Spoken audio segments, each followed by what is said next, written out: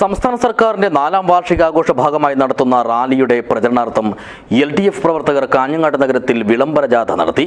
പുതിയകോട്ട മുതൽ കോട്ടച്ചേരി വരെയായിരുന്നു വാദ്യമേളങ്ങളോടെയുള്ള ജാഥ.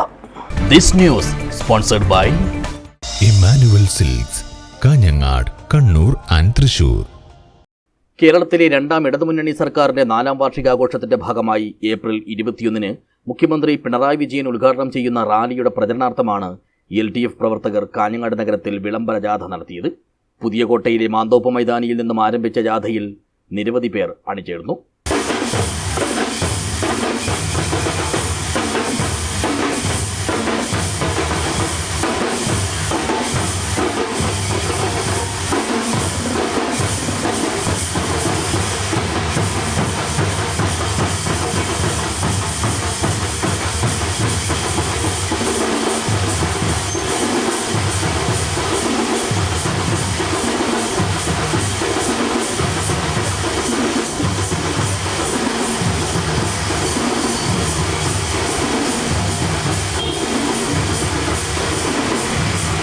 വാദ്യമേളത്തിന്റെ അകമ്പടിയോടെ റാലിയുടെ വരവിളിയുമായി നഗരവീഥിയിലൂടെ നീങ്ങിയ ജാഥ കോട്ടച്ചേരിയിൽ സമാപിച്ചു.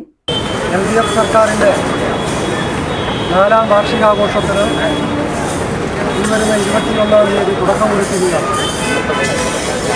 വാർഷികാഘോഷത്തിൻ്റെ ഭാഗമായി 21-ന് വൈകുന്നേരം 4 മണിക്ക് LDF ജില്ലാ കമ്മിറ്റിയുടെ നേതൃത്വത്തിൽ കാഞ്ഞങ്ങാട് വെച്ച് ചേരുന്ന റാലിയിൽ കേരളത്തിൻ്റെ ബഹുമാനപ്പെട്ട മുഖ്യമന്ത്രി സഖാവ് പിണറായി വിജയൻ ഉൾപ്പെടെയുള്ള